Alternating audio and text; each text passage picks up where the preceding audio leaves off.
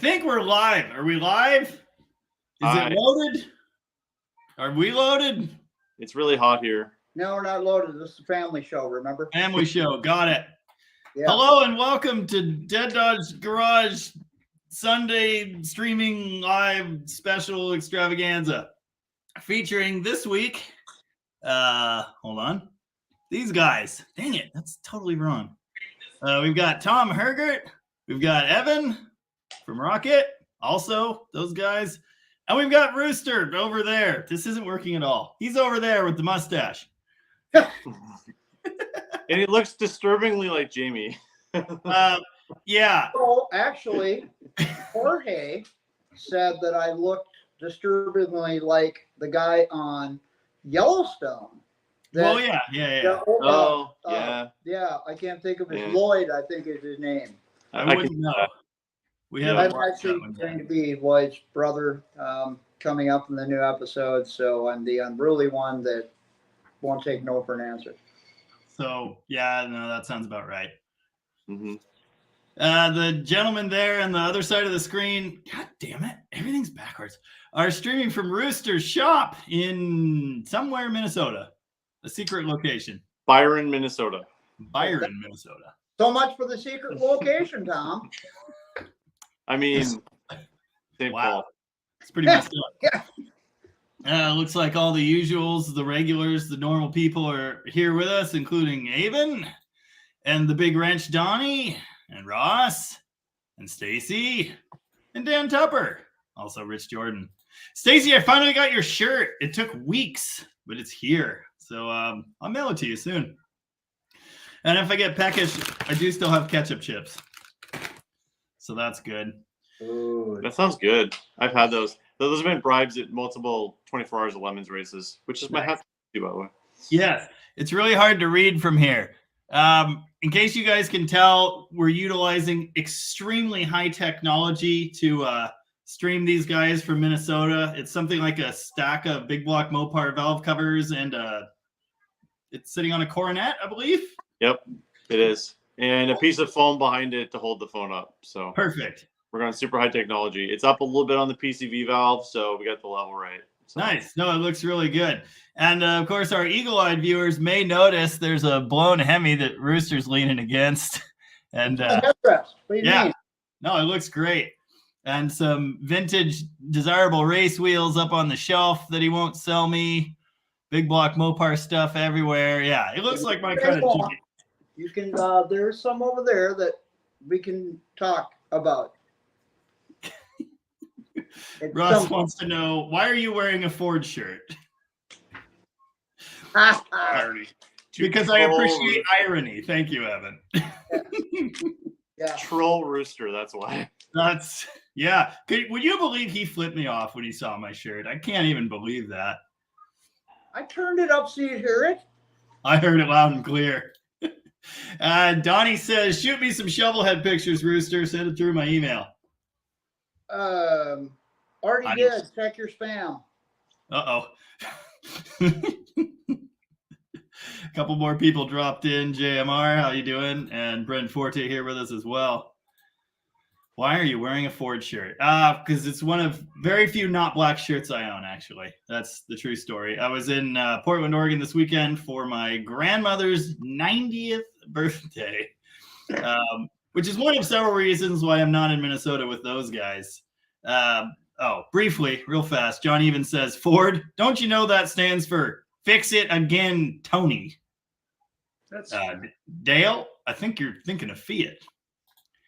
So real quickly, why don't you tell us what the heck you guys are doing over there, Tom? Well, we're on our big road trip. We do one big road trip a year. So we're back at the big Mopar show in Stillwater, Minnesota, Mopars in the Park. So we come back here. Then I've talked about this before, but we do like a bunch of like stops on the way. Like I have an old dealer list from 1970s. We've been stopping by a lot of these old dealers in a lot of these small towns and buying like NOS parts and signs and stuff. And we found some really cool stuff on this trip. I found a 71, 72 Duster shark tooth grill NOS in the box in the attic of a dealer. and like a whole box of Duster stuff. Like pretty much every NOS part for Duster. We love moldings. We found some good stuff. So this is kind of our annual trip, and we were pretty close to Rooster, and I thought it might be kind of fun to do a live stream in Minnesota. I've talked to Rooster on the phone multiple times. He is very entertaining. And by the way, for those who don't know, this is Evan too. Evan works at Rocket Restorations. He hasn't been on a live stream before, but he's one of our great mechanics. He's been working at Rocket forever and comes on the road trips with us. And then my brother is with us too, but he's hiding in the background. He doesn't want to be on TV. So, I mean, frankly, we don't need to see both of you. Yeah, they look the same. They're twins. You've seen one, you've seen them all. mm-hmm. And Well, this young man here, he's really handy for throwing automatic transmissions around too. It just I was throwing a 5-speed around for Jamie the other day. Yeah. Oh, yeah. A 6-speed, actually. yeah, we're gonna nickname him the Ox.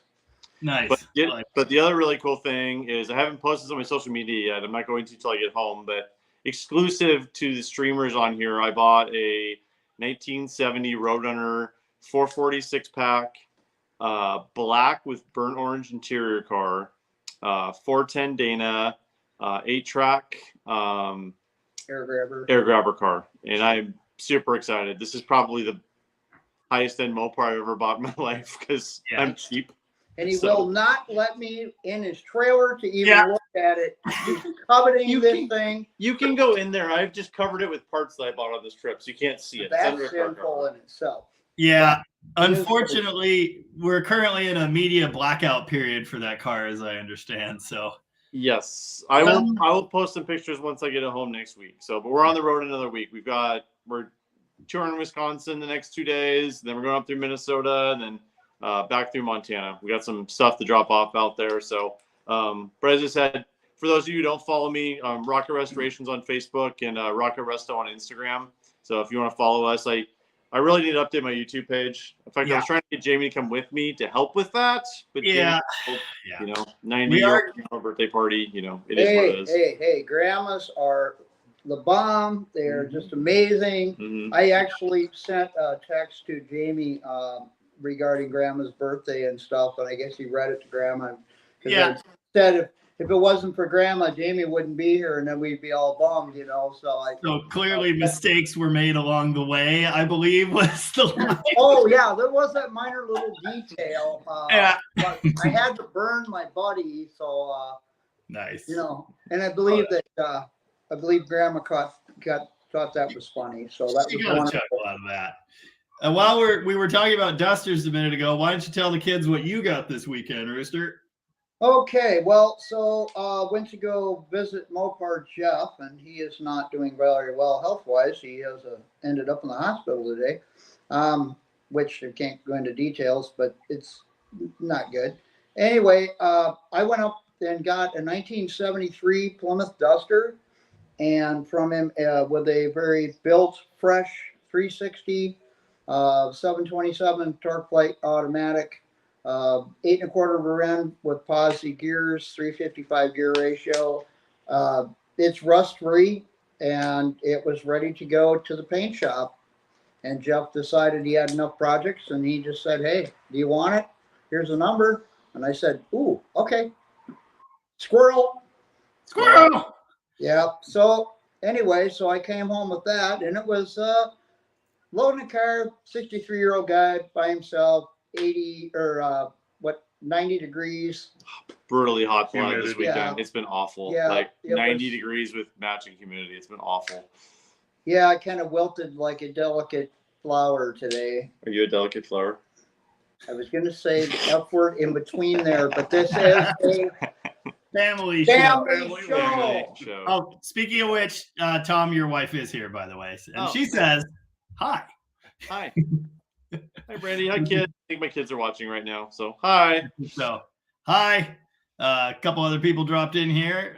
Lucas Krupa says, what's up, guys? Stacy says he's looking forward to getting his shirt and having multiple people ask what the heck it means.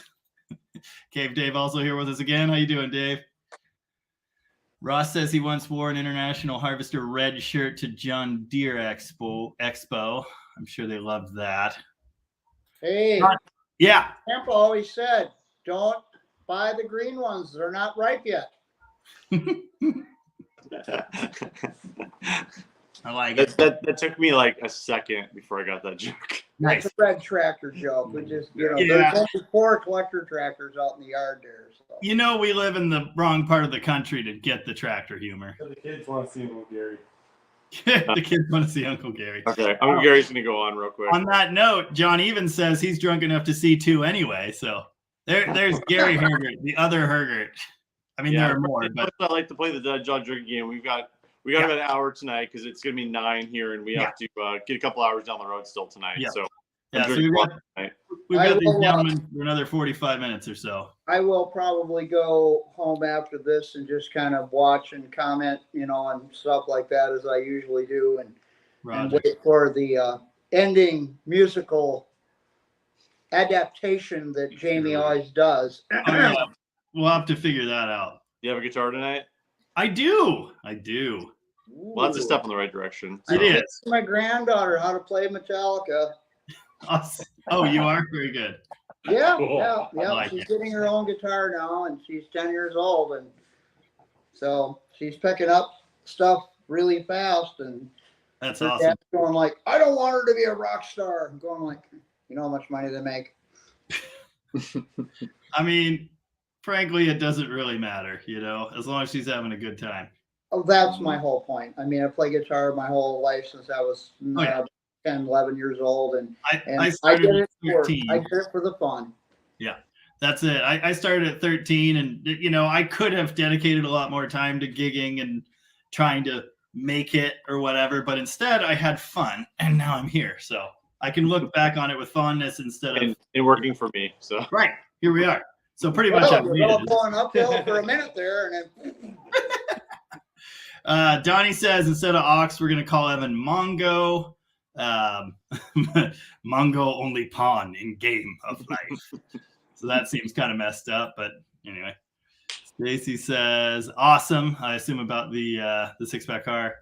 Bobby Muse says burnt orange interior. Apparently, JMR wants to know if they're playing the drinking game. Unfortunately, no. They have to go drive and do stuff after this. So they're in somewhere in the middle of Minnesota, and they have to get 2 hours from the middle of Minnesota or whatever. Wisconsin tonight, yeah.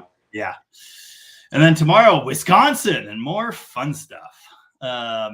Gary Harris. another thing No I one needs was to going to see. mention, Jamie, another thing I was going to mention in here too about Tom's travels is visiting friends. I mean, that's another really important thing about this, the camaraderie and visiting friends, and finding out like Brad Harms, having a stroke and losing the sight in his right eye. And Yeah, unfortunately, a good friend of ours in the Mopar world had a stroke a couple months ago. So yeah, he's very lucky to be alive. It was some fluke thing, and he's just a young man too. It's really crazy. Wow. But the thing is, we're all on a tether, and we're all together in all this stuff, and the guys. And but that's why I like going on these road trips. You can visit people. We went to a guy's house this afternoon where the guy had such cool stuff. He had a 70 Dodge pickup that was factory FY1 yellow that he put a John Deere tractor motor into. And it was awesome. He started it up. And then we looked at his tractor collection.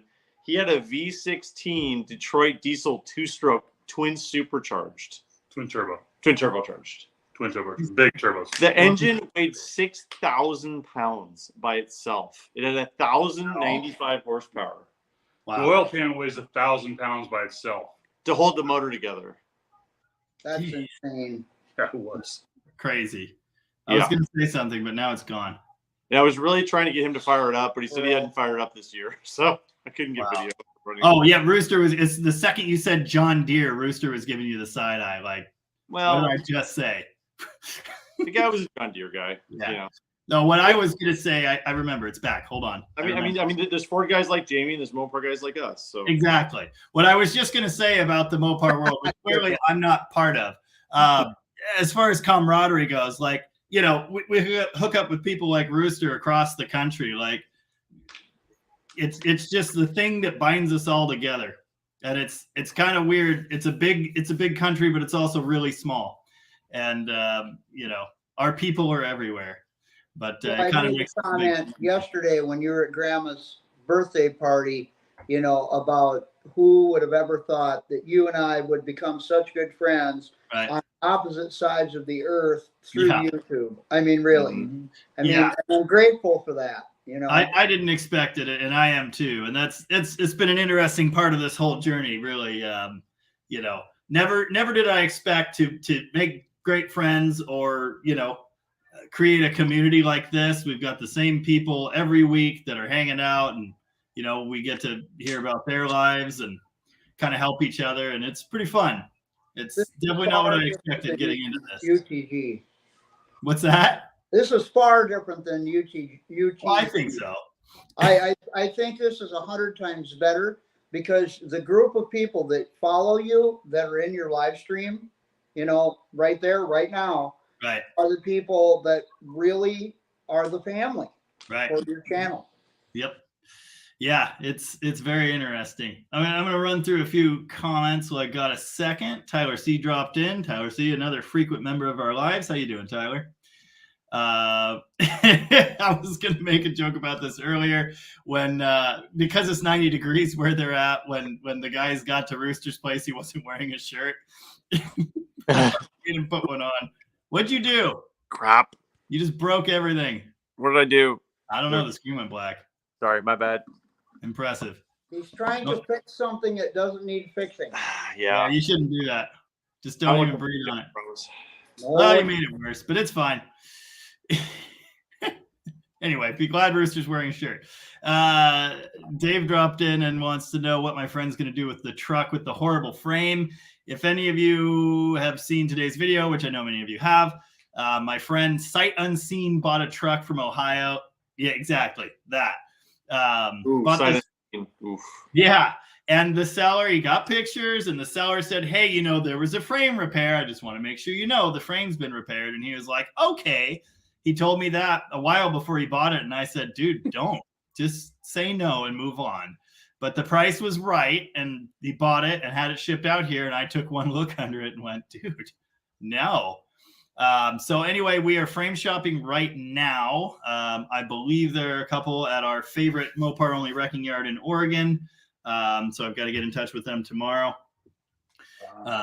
Vanessa checked with them and said it's not that hard. I mean, the bed comes off pretty easy. I mean, the cab's a lot of work, but I mean, if you like the cab's good. I mean, here's the thing. Well, it's good-ish. Capital investment though in an old truck. Well, agreed. But here's the thing. His plan with that truck, what he wanted to do was a 340 swap. And as soon as I saw the frame, that's not happening. So now, if we have another frame, he's already got rebuilt 340, which is in my shop right now. He's got a rebuilt 727. He's got all the stuff he needs. We drop the drivetrain on a new frame, clean and paint the new frame, you know, make sure everything's happy there. We lower the rear end. We transfer the brand new rebuilt suspension off of the ruined frame onto the new frame. And then it's a body swap, and we're just about done. So it accomplishes everything that he wanted to do and fixes the horrible ruined frame thing at the same time. So it makes sense to me. But yeah, it's a lot of work for sure. But I mean, it's that or what? Mothball the truck, park it in the yard, crush it. Drive it around, don't exceed 33 miles an hour. That's what he's doing right now, you know, with the little 3.9 V6. So Jamie sent me pictures of that this week when I was driving, and I'm like, oh my God. I want to say you just responded and said, like, no. Or something like that. Well, like I said before, in Minnesota, I mean, they, you know, I fix tractors, I fix everything that people break. But I mean, I have had, because we have so much rust here, and Fords are probably the worst as far as frame rust out, you know, it's suspension in the back end. But Dodges, they break the frames right in the middle of the truck. They rust out real horrible. You know, I've seen shackle mounts fly up into the boxes. I mean, it's terrible. We have to deal with this rust out here, you know. Yeah. And the downside about all this is it's just premature death, you know, for these vehicles. The motors, drivetrains are still working, but you know, what holds the glue that holds them all together kind of dissolves. Yeah, and we're pretty spoiled out in the Northwest. Our frames don't rust out there unless they're on the beach by you. But right. But like, you know, our frames don't rust out here. So, at home. We get the body rest. You know, we get the quarters and the floors, and that's what I like to call normal rest. It's when it's in the tops of the body panels or in frames and, you know, important things like that where I start going, not good. Drink a card of Minnesota and dip it in a bucket of salt. Yeah. And then my sister dropped in right on time as usual and said, "What up? Hey, Rooster's here if you haven't noticed." I have to point backwards. He's over there. Oh. You want to say hi to my sister? Give Caitlin a hug. Gee, there you go. There you go. Hugs to you. Yeah, just keep in mind, like, I mean, I'm pretty blind. I don't know how these guys are. I can't even read the comments when you post them. Just FYI. So I'll read them out. It's fine. That's all praise. All praise you up in. What's that? Jamie's doing a reading for all of us elderly guys that can't. You're welcome. Yeah, you can. Yeah, Rooster's son came over with his pretty awesome built 2nd gen Dodge truck. Yeah. And he's like, yeah, it's got collector plates on it. I'm like, man, that makes me feel old. Like, oh, dude, you're gonna love this. There is a Geo Metro convertible in my town with the collector plate on it. Anyway, but yeah, Rams are old enough now. Yeah. Do you have any dynamite out there? Dynamite? Yeah, I was thinking that'd be a perfect gift for a Geo Metro. I agree. You know, I found a Geo Metro sign at a dealer on the way out. Now I almost bought it. It was really close. Like I almost bought a Geo Metro sign. Wow. I want to hurt you. Well, I'll buy any sign. Hold on. Did you see Nick Lamb's ad for the Crew Cab Dodge? Nick Lamb's ad for his Crew Cab Dodge specifically said in all caps, "The Geo Metro in the background is not for sale." I saw that. Has that been a problem for him? I don't know. I guess so. Anyway, All Praise dropped in and said hello. Stacy says it's about 90 where he's at as well. It's been a weird month in Alberta. If it isn't forest fires, it's tornadoes. Yeah, it got pretty smoky as we got close to Roosters. Like, you can see the smoke in the air. It really wasn't in the Twin Cities, but it's pretty smoky once we got close to Roosters. So it's kind of down here too. Wow. Oh yeah, well, they got warnings out, you know, for breathing, you know, and that's been a pretty common thing. Yep. We've been getting those every summer for the last several years. Yeah, BC fires in California, and we got a good question, and I'm going to take this as an opportunity to do two things. The first thing is, if you're here with us, thank you for that. Please hit the like button on the stream because it does stuff for the thing with the deal. We got a question, and I'm going to use this as an opportunity to let Evan pipe up because, you know, he's just sitting there. Evan, I want you to take like at least a minute or half a minute or whatever you want to tell us about your Mopar collection a little bit and then answer a question. But you've got all kinds of cool stuff. I've only seen a little bit of it, but I've heard about some. So what kind of Mopar stuff do you have, and what's your favorite body type of Mopar? So I've got, well, between me and the wife, we've got a 68 GTS 340 car, 66 Belvedere 2 Hemi 4-speed car. I've got a 68 Belvedere, 2-door Belvedere that's a slant 6 car. It was converted to big block years ago. There's no motor in it now, but I've got a 66 Bell 2 4-door Poly 318 driver, 65 Coronet 440 Poly 318 4-door driver, and I just bought my wife a 1950 Chrysler Traveler. So it's basically a Chrysler Windsor with a roof rack, and the back seat folds down, and the interior is done in simulated alligator in a brown. Super cool. Pretty cool. Super cool. Yep. And we did the video on that one. It did get a good few views, and I'm really proud and excited that when you, and you should be too, that if you Google 1950 Chrysler Traveler, it's your car that comes up, and you're with it actually. So it's pretty cool. So it seems like you like the B bodies. But what would you say is your favorite Mopar body? Your favorite Mopar car, I'd say. Probably 68 Belvedere Roadrunner. Nice.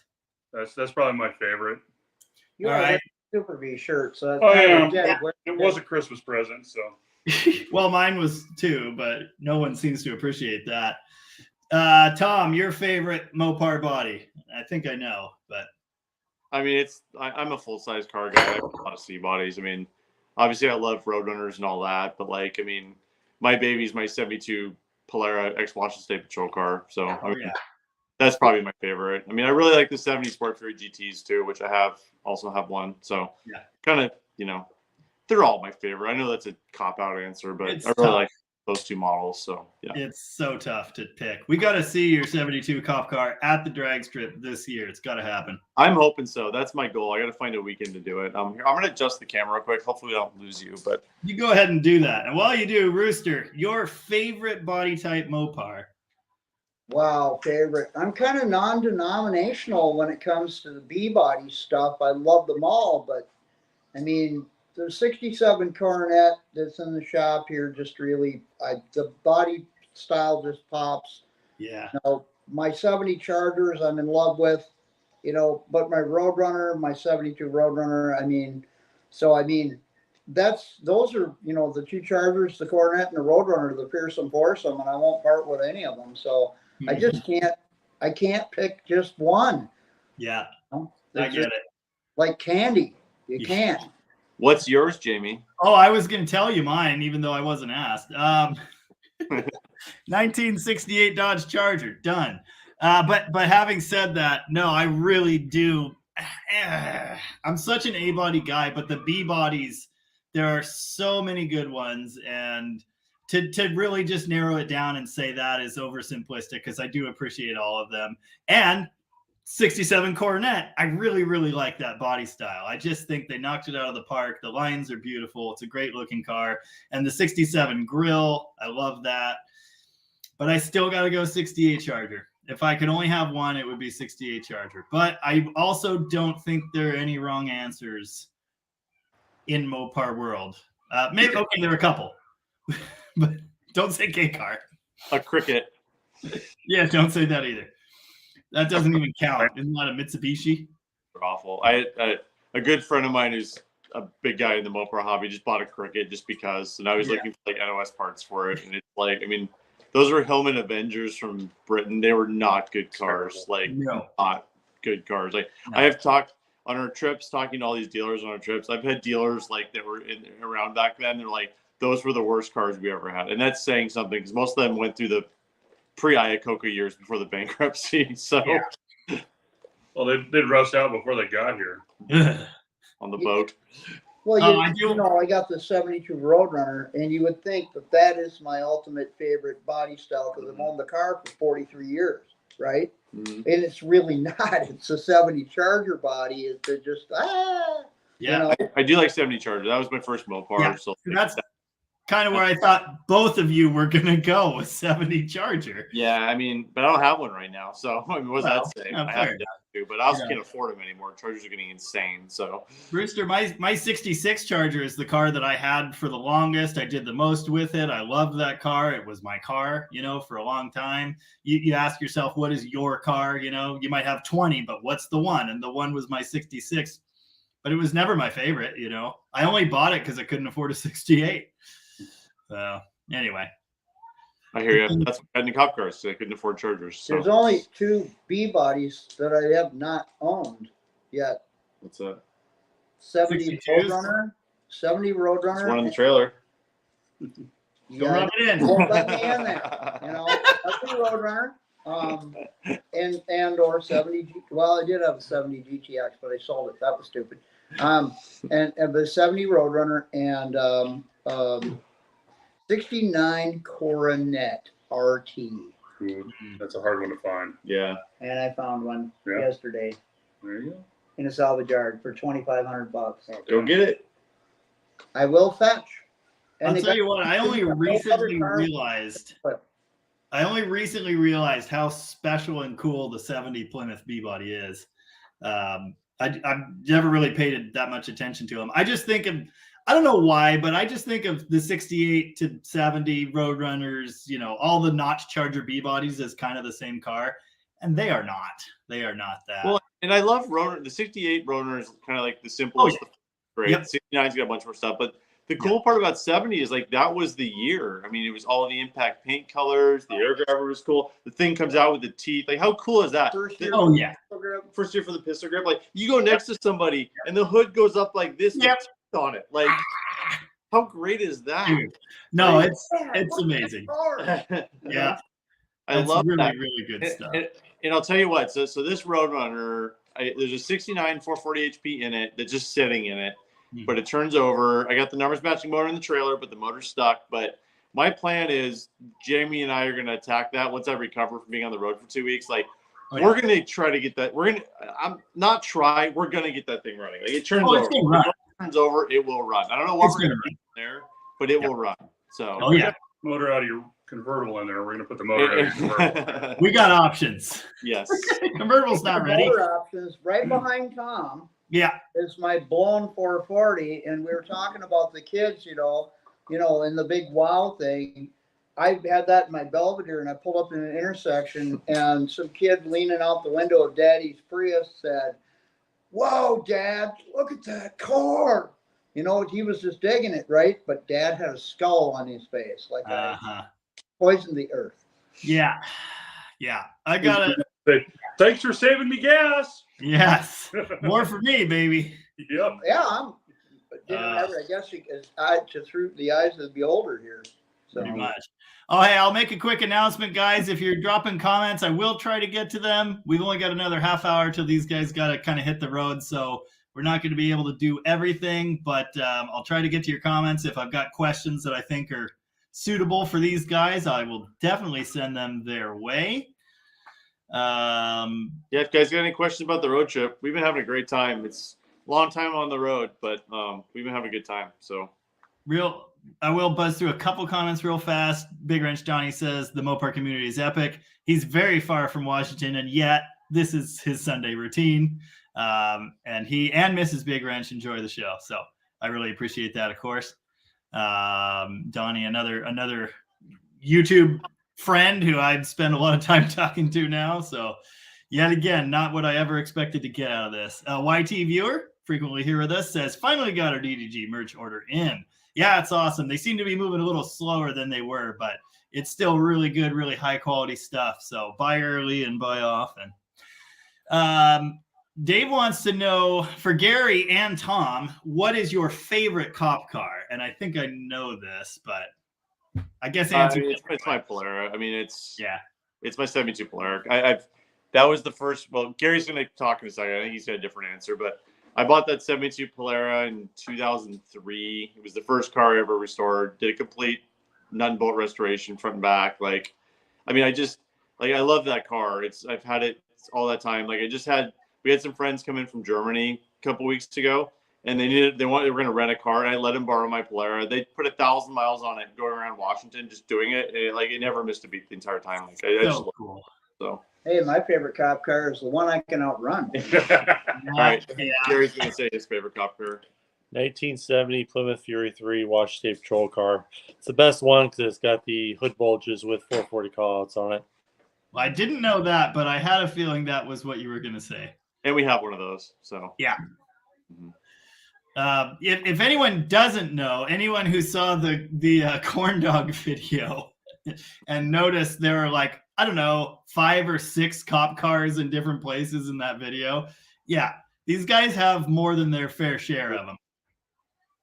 Yeah, and that was Gary's 73 Polara doing the chasing. Yes, that I quickly screwed a cop light on. Yeah. Cop lights. He got it working. Oh, yeah. And then, of course, we get done, and you messaged me and said, I have a siren, right? Damn it. I have one of the original mechanical sirens. So it's one of those that goes like stays going for a while, even when you turn it off. So cool. Federal 28, I think that's what it's called. Yeah. I don't know what it's called. I just know the sound it makes. Anyway. All right. I think Rooster had to go get a smoke. So. Oh. Well, if he can hear me, my sister says hi. He's turning on the sound over there. So. What I do? As well. His sister says hi. Hi. Hey. Couple comment. Oh, my mom's here. She wasn't sure if I was going to be streaming. I wouldn't miss it. Orin Cahoon says Northeast is no better for rust. Pure salt on the roads in the winter. Yeah. Yeah. Mm-hmm. Oh, and Stacy says Sunday nights have now become one of my favorite times of the week because of this crowd. Thanks for letting a Mustang owner hang out. You're welcome. I never expected this to be Mopar only, but by naming the channel Dead Dodge Garage, it did kind of make that inevitable, I suppose. You kind of pigeonhole yourself a little bit. So Yeah, kind of did. And please hit the like, folks. I'd really appreciate that. I see there are just about 40 people here with us. If you didn't catch it in the intro, we've got Tom Hergert, Evan. Why the hell can't I remember your last name? I might have had a stroke. Evan Wall. Thank you. Those two I work with at Rocket Restorations. And then we've got Rooster over there leaning against the blown Hemi, using that for a pillow. But please hit the like if you haven't done that. It's helpful, I think. And Bob Hill dropped in with us. He says, howdy who? Yes, my sister bought me this Ford shirt. And yes, I'm wearing it, ironically. Dirty Old Mopar wants to know, what is a one-of-a-kind car you'd love to own? Well, I think we have to keep that to Mopars, probably. I don't know. Does anyone have a great answer for that? Because I'm currently drawing a blank. one of a kind. Yeah.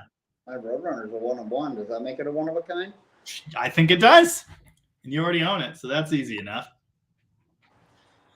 Yeah, I don't know. I don't. Yeah. Well, I think to do a true one of a kind, you probably have to get away from the production cars and probably get into one-off race cars. Right. Because even though a lot of people say, a lot of times you can pigeonhole a production car to be one of one. Sure. The numbers are not there to verify that exactly. You can, you surmise that they're close to one of one, Right. but you really have to get into something like a Dick Landy car or, something along those lines, Or Mr. Norm's. Mr. something that Norm's was ride a shop custom car. Yeah. Custom tailored car. Yeah. And they're out there. They're out there. You have to find a specific car that has a known history and you can prove to be a true one of one. Right. Right. So My Chrysler interest. made 50. They made 50 in '68. They made 50 Hemi darts, not intended for street use, and they went out to various racers across the country. And ironically, a majority of those cars are still in existence today, but they were not sold to the general public. They were just sold to racers only. Yep. That's one of those kinds of cars that, like, the day it was bought, you knew it was special. It's not like your run-of-the-mill, My great grandma drove a '68 Charger 383 just like mine. It was a car. It wasn't something special, right? Yeah. I mean, even 340 cars and Hemi cars and stuff, like, sure, some of those were saved as collectibles and buyers knew they were special then, but those Hemi darts were special on day one. So yeah, they survive, they get fixed, they get taken care of. I think people realizing that when it comes to all muscle cars, Chevrolet, Ford, Chrysler, I think people realizing that general era of time and, that is past, because we don't produce things like that anymore. Yep. If we did, Chrysler still produces wicked Hemi cars and things like that for now. For now. Well, but, for now, yeah. Sure. Yeah, and Ford does their thing and Corvettes and things like that. But it's not the same. The era of the muscle car is gone. Right. And that makes all of these other cars, makes them kind of special to everyone. Yep. I mean, that's a big part of my interest in this hobby is, like, I love the cars. We're preserving history by keeping them on the road. And something as simple as a Dart sedan now is a piece of America that you can't buy anymore. And it's got that spirit in it. And it's, it's stamped out of the same steel they used for Hemi cars. You know what I mean? And it rolled off the same line. Like, no matter what it is, Laura Lee's 1970 Dart sedan. I mean, it's special. It's history that drives, and they're all special in that way to me.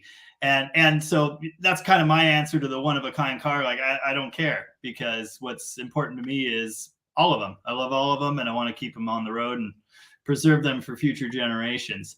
But I did think of one truly one-of-a-kind car, and it's the Hearst convertible. Yeah. But again, that was done outside the factory. I mean, it's a factory authorized Hearst car. But it was done outside the factory. But yeah, for those guys, Trev, one of our other mechanics at Rocket Restorations, has the one 1970 Hearst 300 convertible. Like they made one. It's the one that Linda drove around on the back with the giant shifter on the back. Like he has that car. It's freaking awesome. Like I've never gotten to see it. I've seen him on video with it, but I've never actually seen it. The car's pretty awesome. It is. That's cool. Mhm. Mopar 73 Jester, which is a great name, says hello from Memphis. What's that now? What did you say? My wife says the 56 Fire Dome custom body work in Blackhawk Museum. That was a combination between Chrysler and losing it. Ghia in Italy. So they flew the cars over to Italy. Italians restyled them and sent them back. So yeah, I think when I had Donnie on, we were talking about some of the Ghia built cars. Yeah, those are cool. Cars. I can never remember the name of the one that's in the Atlantic Ocean. Ghia made those. They made the turbo cars too. They made the bodies and shipped them over. That's what I thought. And that's one of the reasons they crushed them all, because they would have had to pay like taxes on them. So they had to crush them, and they didn't want to maintain them either. But like they would have had to pay a bunch of taxes on them. So that's one of the reasons they crushed most of them. The turbine. You said the turbine car. Yeah. Rooster made the turbine car, which I love turbine. I mean, Leno's got one. We've been down at Spring Fling down in LA, and Leno just drives up in his turbine car. It's like that thing is freaking awesome. Like, I actually got a service manual. Turbine car. That's my favorite. Yeah. I also got a service manual at Spring Fling this year for one. I had to pay up for it, but it's pretty cool. I told the people about that a few weeks ago. Factory turbine so service cool. car manual. It's freaking awesome. Like original copy.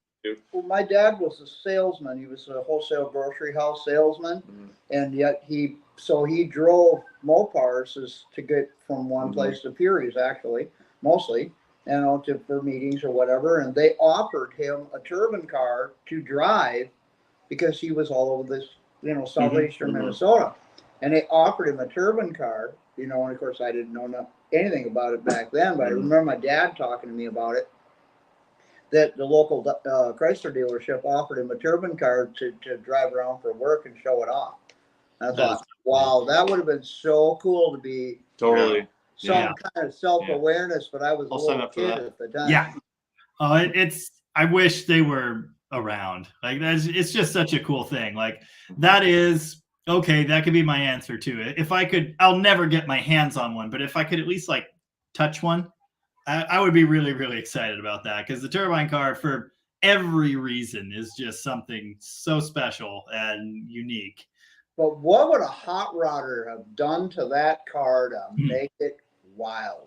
That's what, I mean, obviously I build blower motors and crazy stuff, but I sit here thinking about a turbine car, basically a jet engine car.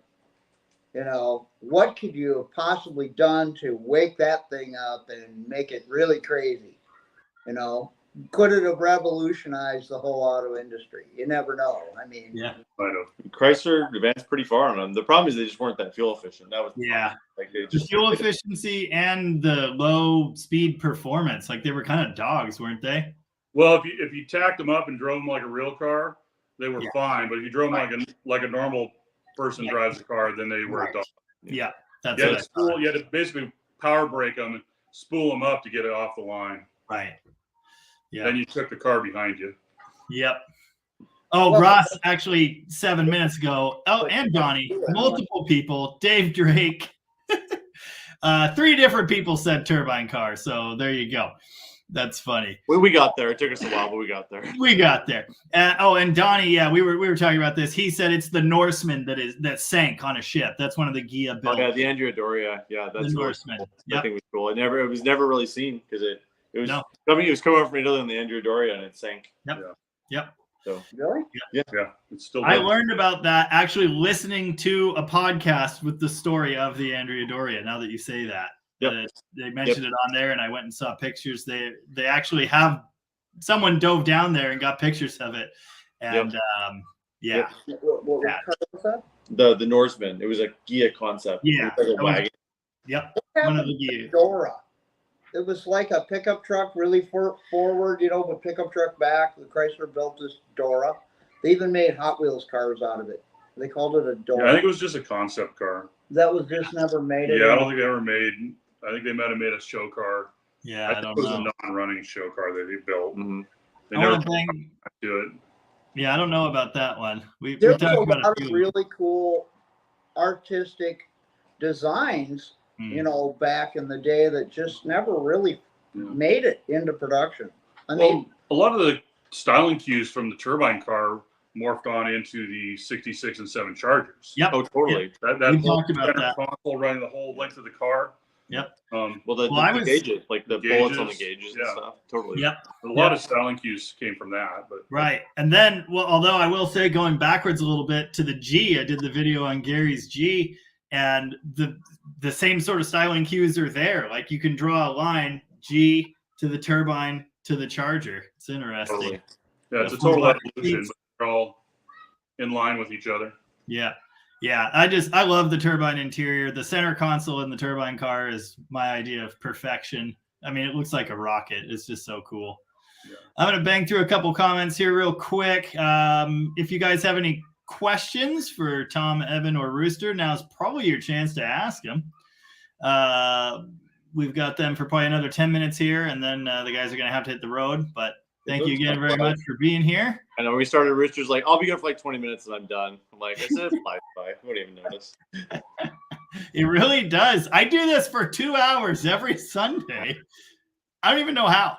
I don't even Jamie's know. got to be a half an hour behind on comments alone. Yeah. Oh, yeah. We're only 20 minutes behind. I think most people are listening and not really asking, so we're doing okay. Rich Jordan did say fuselage C-bodies are awesome, and I agree. Big fan. Ross said, and I think this was the favorite body style, Ross said 64 Sport Fury, and I respect that. I do like that. Good car. Cave Dave, owner of a 65 Plymouth, says 65 Sport Fury. Oh, C-body, 65 Sport Fury. C is the C-body, yeah. That's interesting. I've seen one of those in person ever. Brent Forte wants to know my thoughts on the Conquest, but that's not a real Mopar, so I don't think it fits into our discussion. Yep. I don't really have thoughts on it, frankly. DB had a question for me on 73 Charger. I removed all fuses under the dash, all lights, interior and exterior work except gauges and door buzzer. Engine starts and car runs. How is this possible? This is possible because the ignition doesn't go through a fuse. The headlights don't go through a fuse, but the running lights and dash lights do, and so does the dome light. So you've got something weird going on there. Power is feeding around the fuse box or something. It should start and run, and you should always have headlights. Everything else should be dead, so I don't know what you got going on there. Call Jamie to fix it. He rewired the Challenger, wasn't it? Yeah. I'm not done. I am still rewiring that Challenger. But, Yeah. Yeah. Did you come into work last week, Jamie, No, I didn't. to finish that? No, but I'll be there this coming week, so Okay. see what I could do. Oh, and Cave Dave said to Tom, thanks. Looking forward to the package. Tom happened to trip over the exact trim Dave needed, so it's on its way to him. Yep. No problem, man. It got shipped. I don't know. I think Laura Lee sent you the tracking number, but yeah, it's shipped. We had this giant like PCV tube we shipped to things. I did not want to bend those things, but 65 satellite rocker moldings. So yeah. Stacy mentioned there's a Mopar record not too far from him that is rumored to have a Dick Landy car hiding in a barn. He has all kinds of rare stuff. We might need to know where that is, but anyway. Yeah, I really need to know where that is. Can we Yeah. have an address, phone Immediately. number? Well, Stacy's in Alberta, so Well, I can cross the border. yeah, I got to get my enhanced ID. Brent Forte says the 68 Hemi darts came primered. Yes, they did. They came primer gray with a black fiberglass nose and a letter that said this car is not for use on the street. It is not street legal. It is only for window sticker on it. Yep, that. The wheel wells were cut bigger. Yes, the weird rear wheel wells. And on a Hemi Dart to make the 426 exhaust fit, or the head, I don't remember which. Anyway, they smashed the passenger side fender, inner fender with a hammer, which is kind of cool. They did. Barry Kuda says, I see that Barry Newman has passed away, but I don't know who that is for some reason. And yeah, Big Wrench says the Norseman in the drink. That's Yes, an it is. old actor. You got to be my age to know that guy. Ross says Dodge Diora, I think, is what the car you guys Yeah. Yeah, Yeah, Dodge that's it. Diora. Yeah, I don't know that one. That's it. Diora concept. Oh, okay. I've seen that one. Yeah, it's got the goofy door on the front. Yeah. It's like a cut chop looking thing, forward Yeah, control. the doors, it's suicide doors. They open to into the wind. Huh. The one I'm looking at, the very front of it opens. It I opens. think that rig went through a couple of different transformations. Ah, And I think a hot rodder got hold of the body in the late 60s, early 70s, and made something out of it. It's like a Dick Ross car or something along those lines. oh, that's why it looks like a chopped A100, because that's almost literally what it is. Yeah, they started with some A100 parts and some other things. I think that eventually got powered and turned into a custom, I think. Interesting. Huh. I'll be damned. That's cool. Yeah, I've seen that one before, and yes, there is a Hot Wheels of it. Yeah, Wow. or no, Lovejoy dropped in and said, last time I was this late, I was fired. Sorry, I was picking up my new to me boat. How's it going? It's going pretty good. It's going pretty good. You guys say hi to everybody? yeah. And all that shit. Barris. Oh yeah. Paris. Yeah. I think Barris built something out of one of those too. Yeah. Oh, Barry Newman was the star of Vanishing Point. Yeah. Yeah. I should okay. know that. Yeah. I have the classic movie poster on the wall in my living room, and I don't remember that.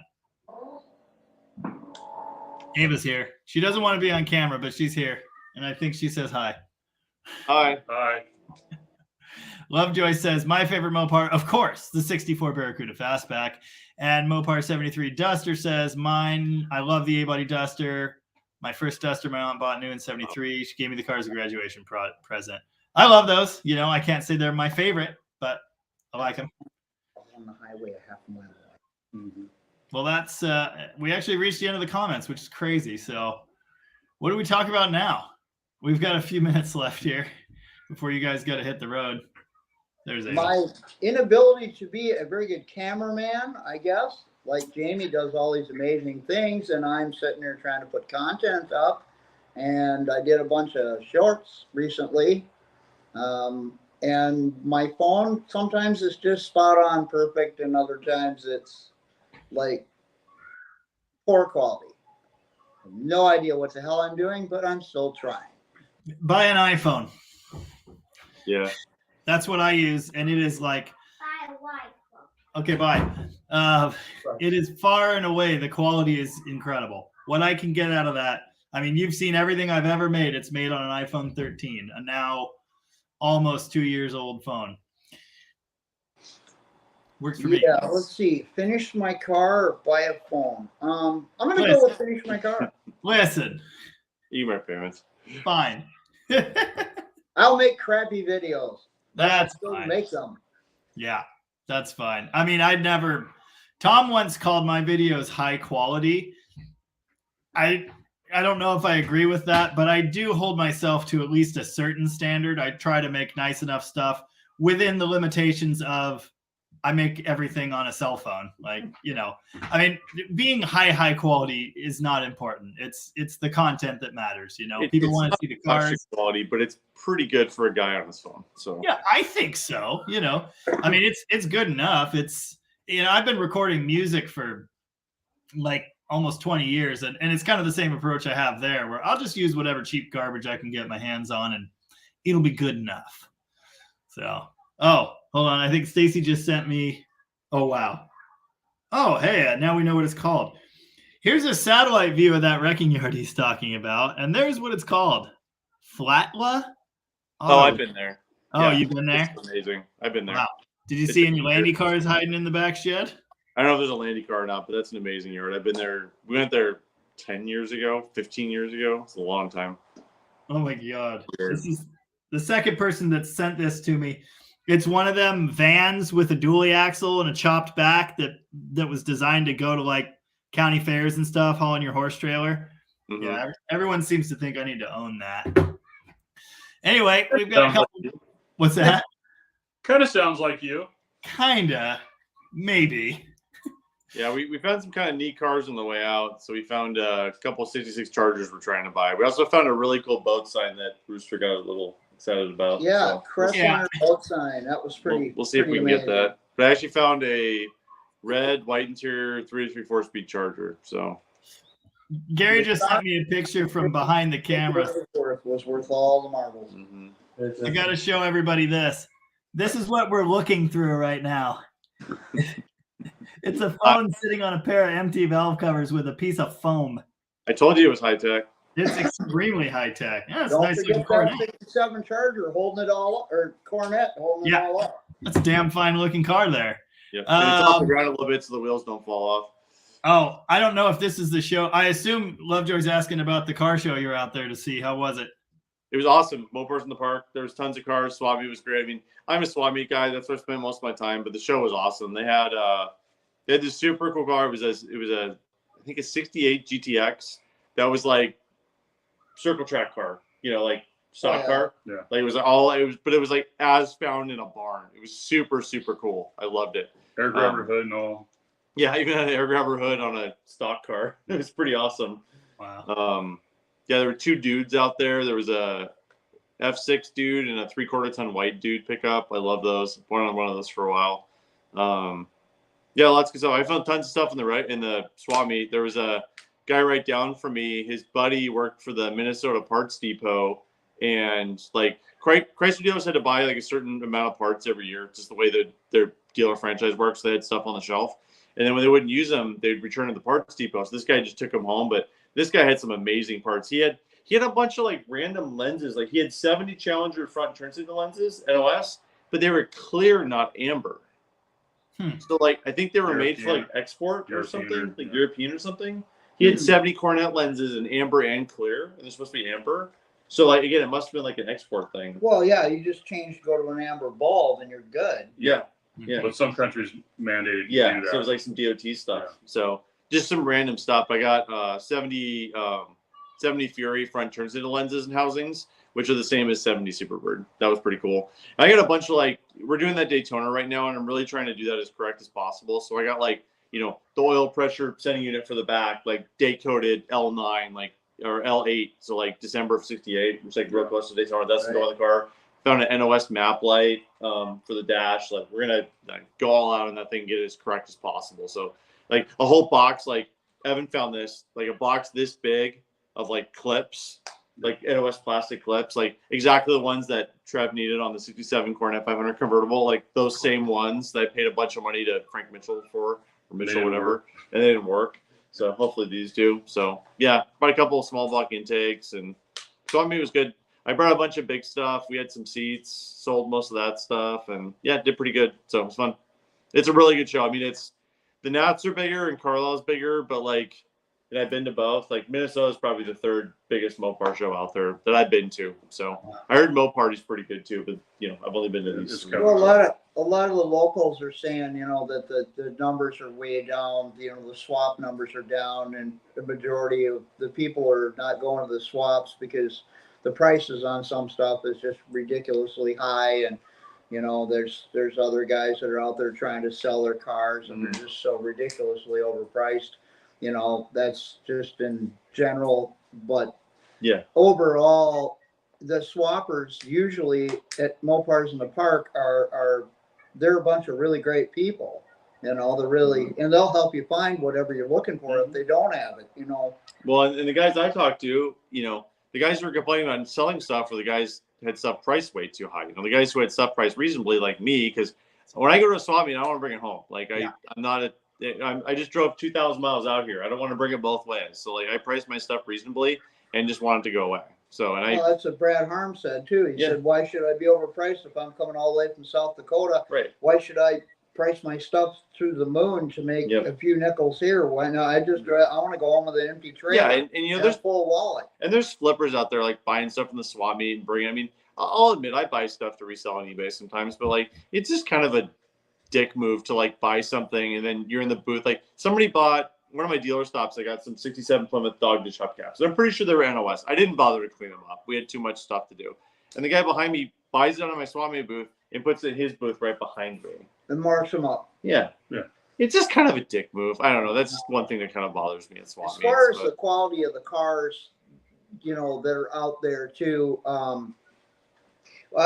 First of all, it wouldn't be Mopars in the Park if we didn't freaking rain No, we had a huge thunderstorm Monster. Thursday. And Oh, so yeah. every single freaking year since I can remember, it has rained when they had it at Farmington or Yep. back at the racetrack in Mhm. Shakopee.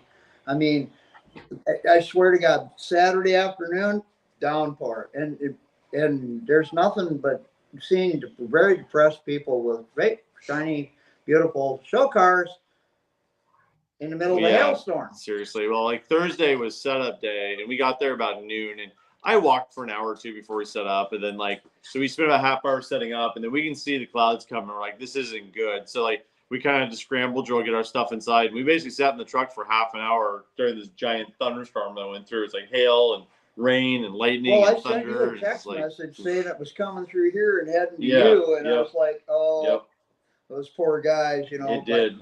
The other point that I wanted to make about the Mopars in the Park show is it brings in extremely unique cars, you know, from all of the United States Mhm. because it is a dedicated Mopar show. Yep. I mean, and A lot of guys come down from Canada too. You see a lot of unique cars from Canada too. yeah, I mean, they come from everywhere, but the variety of what's there, and even the locals, you know, they bring out their hot rods and they go out there and they have a pretty good time. Yep. I mean, it's an all big time show. I think the show in Minnesota to go to this year is going to be the Nationals. You know, up in the fairgrounds in St. Paul, I think that's going to blow the doors off. I think there's going to be some huge numbers. I think you're going to see like 5,000 cars and 50,000 spectators.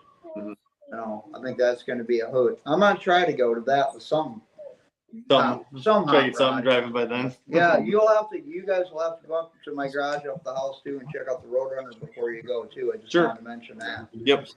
What time is it, Jamie? I can't even tell. Oh, it's time for you to go. Yeah. 7:05. Gary's doing the. Yeah. Gary, So. Tom, and Evan got to get on the road. So I do just real quick, Rooster, quickly. You got any closing thoughts for us before you guys got to get off of here? Anything you really want to tell the people? Well, never give up in your dreams. That's for sure. All right. Mopar family, stay together. That's Yeah. it. Keep doing what you're doing and don't worry about what anyone else is saying. Yep. And if you got questions, don't be afraid to reach out to any one of us, you know, to get the questions answered anytime you need them. There's a lot of knowledge on here, a lot. Oh, Well, yeah. this is why we're doing this. And Jamie comes to me for performance knowledge because I kind of like do that sort of thing. And, you know, and yet I think he's a wiring savant myself, and I go to him for things there. So it's all one hand washes the other, you know? I mean, when it comes to all this, you know? So that's best I can say for all you guys out there, you know, that chime in all the time and the loyalty group that's there every week, you know, keep asking the questions and keep playing with your hot rods, man. Yeah. My whole approach to this, it's awesome getting everybody together. The way I operate, we all have a little piece of information or a little something to help everybody else. And we try and bring that together. And you know, again, just keeping these cars on the road. That's my whole thing. My biggest interest in doing all this is keeping Mopars on the road. And we are all doing that, every one of us here. So it's kind of cool. But anyway, I know these guys got to hit the road. So I really I want to say thanks to Rooster for hosting, and thanks for everybody for hanging out. Of course, I'll be here for another hour answering questions and just being generally silly. But we'll let these guys hit the road. So Tom and Evan from Rocket. Good seeing everybody. Make sure you follow me on Facebook and Instagram. You can follow. I'll post some of what I find. So yeah. And Tom's on YouTube as well. And we will be seeing more stuff on the Rocket Restorations YouTube channel in the coming years. Yeah, we're really gonna have Jamie said he's gonna start helping me with that. We're gonna do like there's stuff Jamie just can't do for his channel because it doesn't work for his channel, which I don't really understand. But like we're gonna start doing like more technical stuff on my channel. So like stuff Jamie wants to do on his channel but really can't, and then he's gonna start doing on some of the Rocket channel. But we'll start promoting that when that actually happens. So Yeah. I will be doing more videos on the Coronet build. and what's your YouTube I handle? was getting to that next. Yep, Rooster is now Rooster's Restos. And but I'm going to do a detail because there's a lot of metal work that's going to happen underneath this car to subordinate the 800 horse blower motor. And so I'm going to be doing a lot of YouTube, videos on how I'm going about doing all this. The other thing is the Roadrunner debuting back on the road after 43 years of owning it. Oh, yeah. That's coming. That's going to be kind of special to me and my family because I have every intention of going and terrorizing the neighborhood like I did when I was 20. Very We good. live, you live. All right, we're out, guys. Can't wait to see that.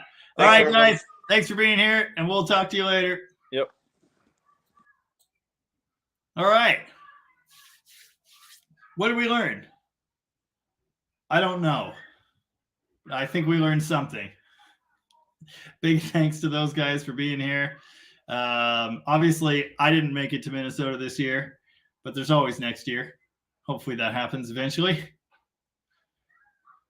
I'm going to go ahead and get back to comments now. So if you have anything that you'd like to say, any questions or input, obviously I did put out 2 videos this weekend. I don't know how I did that because I was out of town. I somehow got them edited Friday morning and uploaded and scheduled and all that stuff. But the video today especially I thought was interesting. Rusty truck frames, terrifying stuff. But yeah, let me know if you have any questions or comments on that stuff. And feel free to like the stream if you have not done that, because it does things for the stuff with the deal. And what's this now?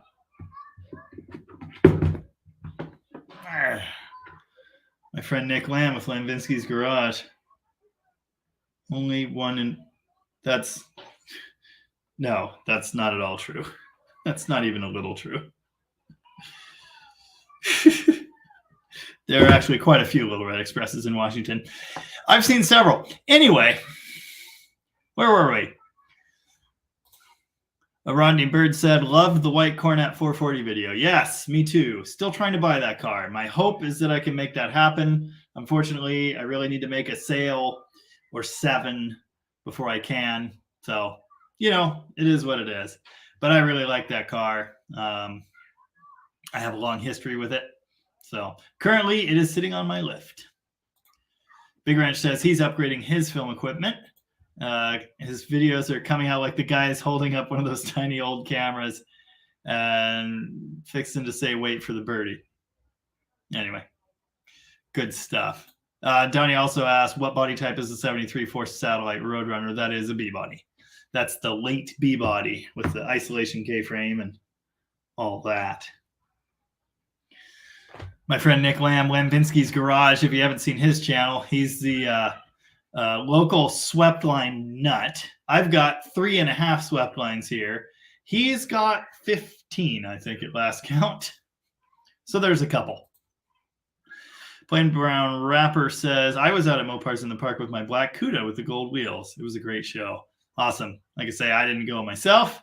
The guys did. I saw a good few pictures of cars that were in the corral and lots of parts. Parts are really, kind of Tom's whole thing. So, Rich Jordan asked, any experience with Mopar City Wrecking Yard in Oregon, Illinois? I have heard of Mopar City. I feel like Tom's probably gotten parts out of there. Personally, I have not. Wildcat is the one that's local to us, and we get things from them from time to time. Good few parts from Wildcat going on the 73 Charger project I've got here. Rodney Bird also said, my first ever Mopar in 1985 was a 66 Cornet 500, 3-3 HP and automatic, manual steering, heat only. I stuck a 68 440 in it and drove to work in college in my hometown, and I still have it. Awesome. Very cool. The 66 and 7 Cornets are big hits around here.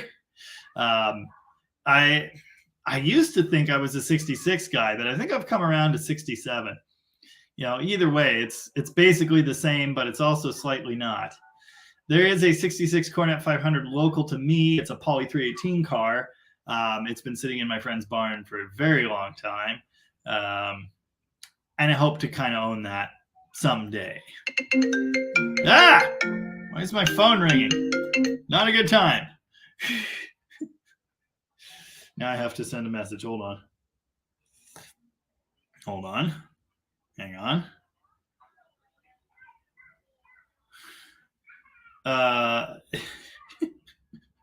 It's amazing the technology they have nowadays. Phone calls come through your MacBook. Anyway, crazy stuff. Cave Dave, of course, this comment was for Tom, and Tom has left, but he does watch these after the fact, so he will probably hear this anyway. Tom, I never thought I'd get a pair of rocker panel moldings for $300 plus shipping. If my friends need a part, I'll give it to them. There's still good people out there. Thanks. All Praise says, been listening to this live show. The guys seem like honest, down-to-earth people. I'd rather do business with Rocket Resto than Graveyard Cars when the time comes. Obviously, I very much appreciate that, and I'm sure Tom will as well.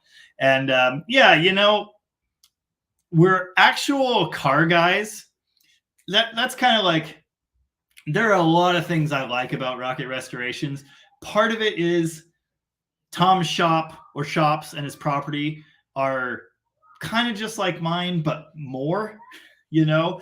There are just so many parts and cars and cool bits of classic Chrysler memorabilia and things. I don't know. It's just amazing to me.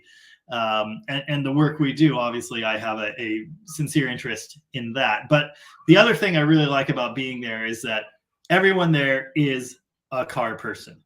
Like, there's just a love for them. It's not, this is my job. It's, this is my passion. So, you know, to me, that's worth a lot, you know. I mean, there are plenty of shops out in the world that do amazing work. But I just think it's a cool combination of interests and passions and talents. So, yeah. Anyway, I'm sure Tom will very much appreciate that. K-Man Weisenbach says, I never know when any of the shows are. I've never been to a swap meet. I've been to one swap meet ever. One. And it was at Mopars at the Ridge, which was a show that I think Tom helped put together like 10 years ago or more. And I still have parts I bought there, which is funny. But I've never been a car show guy, and I've never really been a swap meet guy either. People are always telling me, oh, there's a swap meet. You got to come here. You got to come down to Portland with us for the swap meet this weekend. And it's like, that just sounds like an opportunity to spend a whole bunch of money I don't have. So it's never really been my thing. Oh, and we've got Don Pierce here with us. Don Pierce says, I currently have a 67 Coronet convertible there being restored. They do an awesome job. Long-term watchers of the channel will know Don's car. That is the black 67 Coronet 500 convertible that I've done several videos on. And that car is one of the things that has convinced me that 67s might actually be the cooler Coronets. It's just beautiful. We've done, let's see, we did a video on the formula, the plan for that car long ago. We did a video breaking the engine in. I did a video on the fuel injection conversion. And I have actually now driven that car down a road. I've done the alignment on it. We're still kind of getting it buttoned up. Last time I saw it, which of course was a week and change ago, Trev was getting the interior buttoned up. So when I see it next, it might look like a whole car. I don't know. I do have some tuning and stuff to do. That is the car that has the Silver Sports transmissions overdrive kit. It's technically a GM transmission with a standalone controller. I've got some tuning to do on that. Among other things, but it's a really cool build. It's just such a nice combination of parts, and we kind of made every effort, even though it's sort of like, you know, the retro cruiser kind of thing. We made every effort to make it look and fit like factory. You know, that's kind of important to me. I really like that. So yeah, 50 of you out there now. If you do have questions or comments, the floor is open. Feel free to drop them. And if you haven't hit like on the live stream, please do that, because it does stuff, or so I'm told. Ross says the frame swap truck is 6 bolts, lift the front clip, cab, and all, easy peasy with a lift. I know. That's why I said I would do it. I haven't actually done a frame swap in a truck yet, but I do have a lift now. I even have an overhead crane for added flavor. I know there's not much to it. So there you go. Okay, that's funny. I just got a comment from my wife, which is interesting, that says hi, but I happen to know that my daughter might have something to do with that. So, hi, Ava. Rodney Bird says, fragile grill on the 66 Coronet. They're almost always checked in the corners. Yes, they are. 67 as well. I know that. When I went drag racing last with the Demon, I was pitted next to the Wagons of Steel guys, and they were running 3 Coronets that day. I think they were all 67s. And super friendly guys, just really cool. And it was a neat part of the experience to be there with real hardcore Mopar guys like that. But I walked up and I said, you know what I know about Coronets? And I pointed to every single headlight bezel on every single car and said, dent, dent, dent. And he got a kick out of that.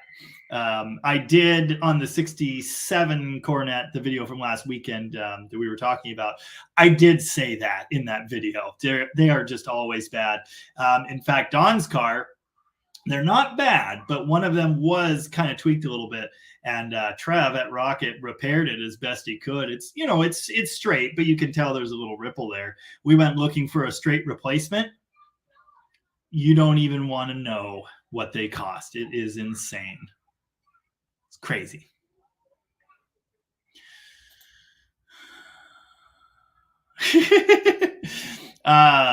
If you guys haven't checked out Donnie's channel, Big Wrench Tech, you should do that. He's doing interesting things currently.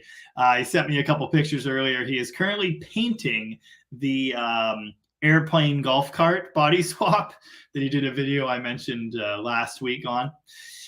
He says, my paint high is finally dissipating. I no longer taste colors and hear sounds.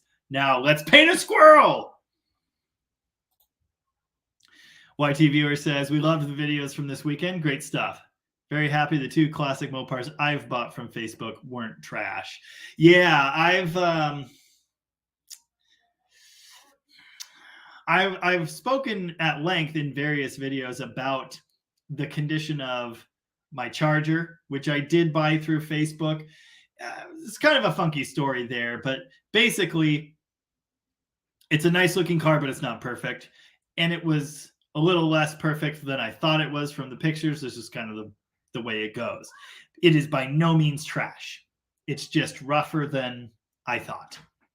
But, you know, I've been pretty lucky too. And part of that is I'm always going for the cheap pieces of junk anyway.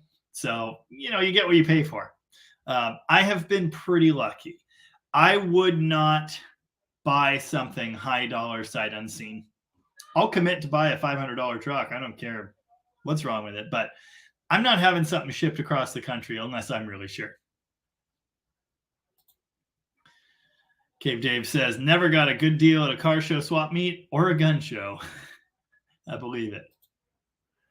Donnie says, if you come down to Don Galette's Mopar Fest, you have a place to stay here for sure.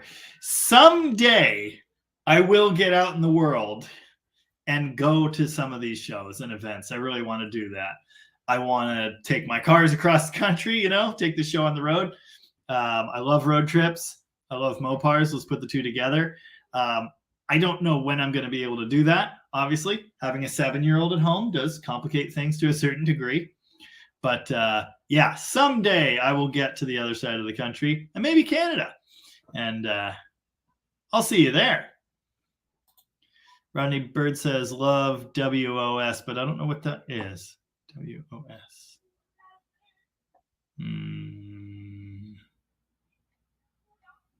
I'm sure you'll tell me. My daughter tried to post a series of emojis, but it didn't work. She's out of control. Bob says, Tom's mention of Don Garlitz. Okay, see, that's what I thought you meant. Yeah, all right. Oh, Wagons of Steel. Yeah, Chris. Or, dang it, what's his nickname?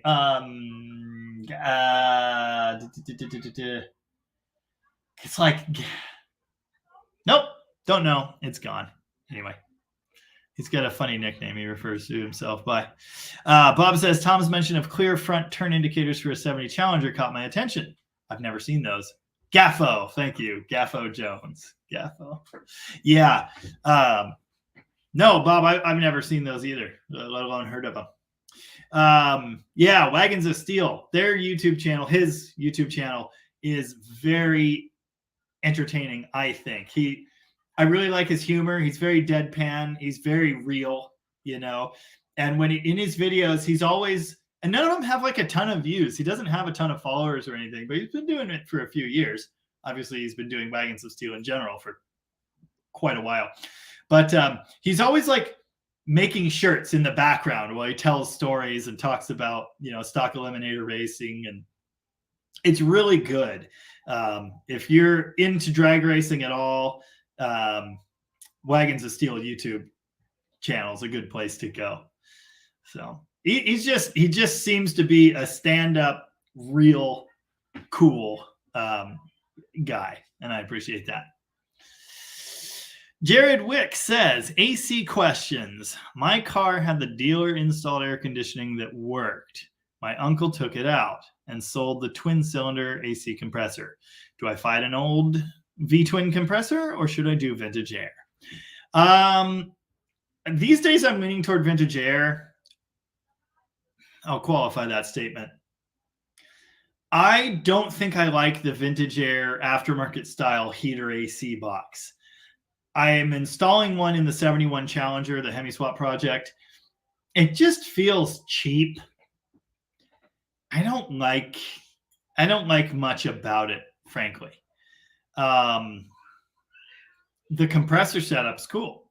You know, I'm fine with that. So what I would say is if you still have the AC box in place, you could do the modern style compressor connected and adapted to your factory box or your dealer installed box, whatever.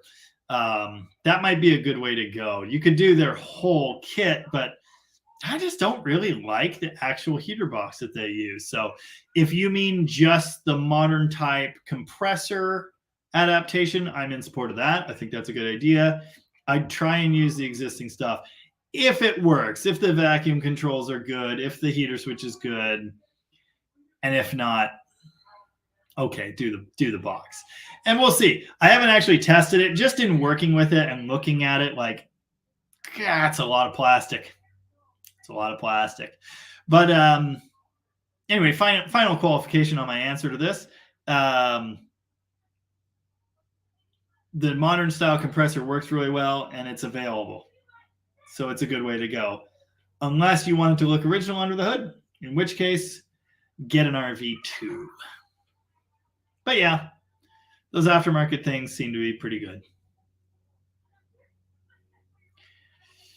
Gaffo Jones. Mopar 73 Duster says, I paid $600 for my Duster, was slant 6, now 318K member swap, and disc brakes. Yeah, I've bought a whole lot of A-bodies in that neighborhood, you know. My first Mopar was a 72 Valiant sedan, slant 6 automatic. It didn't run. It was almost completely rust-free. It had almost perfect interior. It just had some dents down the sides. And I paid $140 for it in 2008, I think. And then I bought a 74 Duster that drove home for $300, slant 6 automatic. And then I bought a Plymouth Scamp for $600 that was pretty darn good. Classic. I miss those days. So now when I get a chance to grab a cheap Mopar like that, I just do. Because often people are trying to get thousands for a project Duster, you know. Something like yours that's in rough shape and needs everything, they want $3 to $4 grand, you know, or more. So, yeah, they are still out there for cheap, but, you know, they're rough. I still like them. In general, everything costs more now. Rodney says, I met him back at Garlitz, I assume, back in the 90s at the Garlitz show referenced above. He was hanging with his engine builder at the time, the late Dan Dvorak, R.I.P. Dan. Wow. Big Wrench says Shirley Muldowney is sometimes there as well as Don Carlos. That's cool. Yeah, it sounds like a good place to be. Drifter Die is here with us and says, I'm 16 and I have a 71 Duster 340. What should I do to make it a daily driver? Well, I don't know. What kind of shape is it in? What does it need? I mean, in factory form, it would be a fine daily driver, but I will tell you a 71 Duster 340 at this point in history is a rare and desirable car. So whatever you do, you probably want to be careful with it. I don't want to say anything about you as a person, as I've never met you, but when I was a teenager, I was pretty much ruining everything I touched.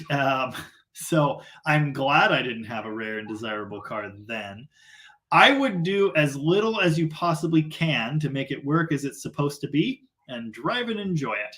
If it's super rusty or something, obviously you're going to have to deal with that. If it's been sitting for years and years and not driven, you're likely going to have to touch every single rubber piece and possibly every single wire in that car to make it a daily driver. They don't really age well. If it's been daily driven, if it's been kept up, if it, maybe not daily driven, but if it's been used, if it hasn't been sitting for decades and decades, obviously the answer is a little bit different. Okay, it's not a factory car, so it's a Duster with a 340. Okay, that's a different story. Cool. I mean, if you want to daily drive it, headlights that work, nice tires, brakes that function, those are all good things to have. I mean, the way I like these cars is with factory style parts, driving down the road, there's nothing crazy you need to do. If that's a car someone built to like go drag racing, it could have gears that you don't want. A streetable gear ratio is pretty important, something like a 323. A comfortable seat, I mean, address what it needs and that's it. Cars like this, in my opinion, are best enjoyed as close to factory with original components as possible. You could spend a bunch of money to try and upgrade them, or you can spend a bunch of money to try and get better gas mileage, or you can spend a bunch of money trying to turn it into something it is not, or make it work the way it's supposed to be. And, that's where I find more enjoyment with a car like that. I mean, you can try and build it to do wheelies, but if you want to drive it, just service the car. I mean, make sure the brakes work, change the fluids, and make sure you got headlights and brake lights and maybe blinkers, and enjoy it. Again, it's really going to depend on what kind of condition that particular car is in. If there's a bunch of rust in it or something like that, you're going to need to fix that. Donnie says, air freshener. There you go. Okay. I'm running a 373 in it now. I'm thinking about turning it down now that I'm not racing my friends on my grandpa's farm. That does sound really fun. But yeah, if you're going to daily drive it, if you have to do any highway cruising, especially, something like a 323 with no overdrive is good. My Demon, very similar car. It is a 4-speed, so that helps, but it's got a 410 in the back. I occasionally drive it to where I work, which is an hour from here on a highway, and it does it, but it vibrates and it revs pretty high, and the gas mileage is awful. It would certainly be nicer to drive if it had a streetable gear, but primarily I like to take it drag racing. Driving it around town is awesome. Yeah, you see how the emojis don't work? No. So it just says silly things like face, fuchsia poop shape. That's not going to work.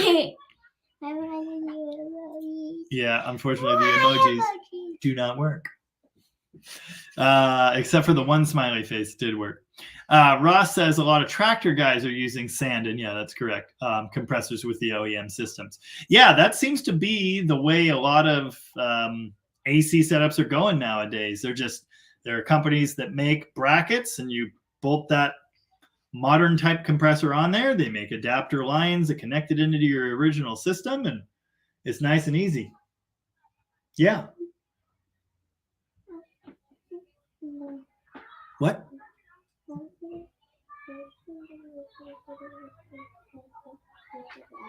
You what? Oh, no, we're not going to do that. You can just be on camera with me. Those guys were very far away, you know. Plus, what would you do? Are you going to answer questions? You have car questions that you'll answer? Oh, Jason Umbright is here. I sold him a truck, and he drove it like 2,000 miles away from here or something. He says he got the cute emojis. So maybe it's just because I'm on this website here. They're not working for me.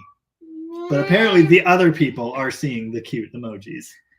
Does that bring you great joy? Yeah. I just see all these words. That's what I got. Yeah. Anyway, hopefully that helps. Oh, cool. I have driven it to school a few times and it's fine with the 4-speed and 373s. Yeah. I mean, on the street, you're going to have a great time. If you don't have to do a ton of highway cruising, enjoy it like it is, you know. But if you want to tame it down and make it a little more streetable and less insane, yeah, throw a set of 323s in there and there you go. That's, I think, probably my best advice there.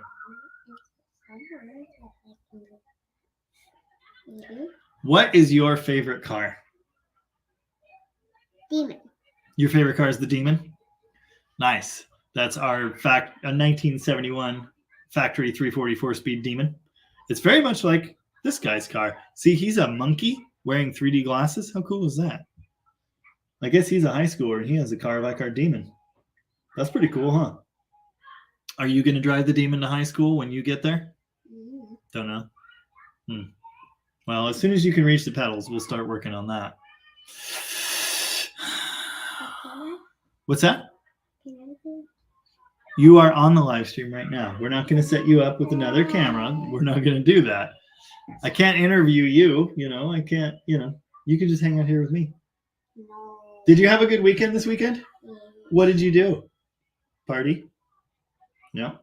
Do you remember why we had a party this weekend?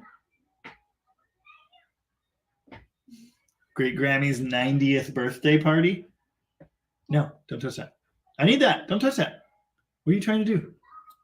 What are you trying to do? Stop. No. What are you trying to do? On that comment. What comment? Yeah, he said, I got the cute emojis. We did that. Yeah. Okay, yeah. Everybody's seeing your emojis on the actual YouTube, but they just don't show up on the StreamYard site. That's why. Everything's fine. Drifter Die also says, yeah, I'm going to get something else for the winter. Yes, you need to do that. Pennsylvania salt is brutal. Yeah, not good. Not good at all. Donnie said, the air freshener was optional equipment, but if there's a bunch of rust, I might know a body guy. Don't look at me. Hey, can you? Okay, bye. Some people's children, you know. Big Ranch also said, silly question. Why is the kickdown cable so crucial for Mopars? And why do they blow the transmissions without them? The kickdown cable is not just a kickdown cable on a Mopar. On some Chevys, that's what it is. In fact, I think some Fords. It's more accurately called a TV cable, which is a throttle valve cable. Basically, that, well, it's not a cable either. Aftermarket, it's a cable. Factory, it is a linkage. But, you know, kickdown linkage, TV linkage, whatever. That is the transmission's way of knowing what is happening with the engine. Basically, it has a governor, so it has an RPM. It knows an RPM, right? Output RPM.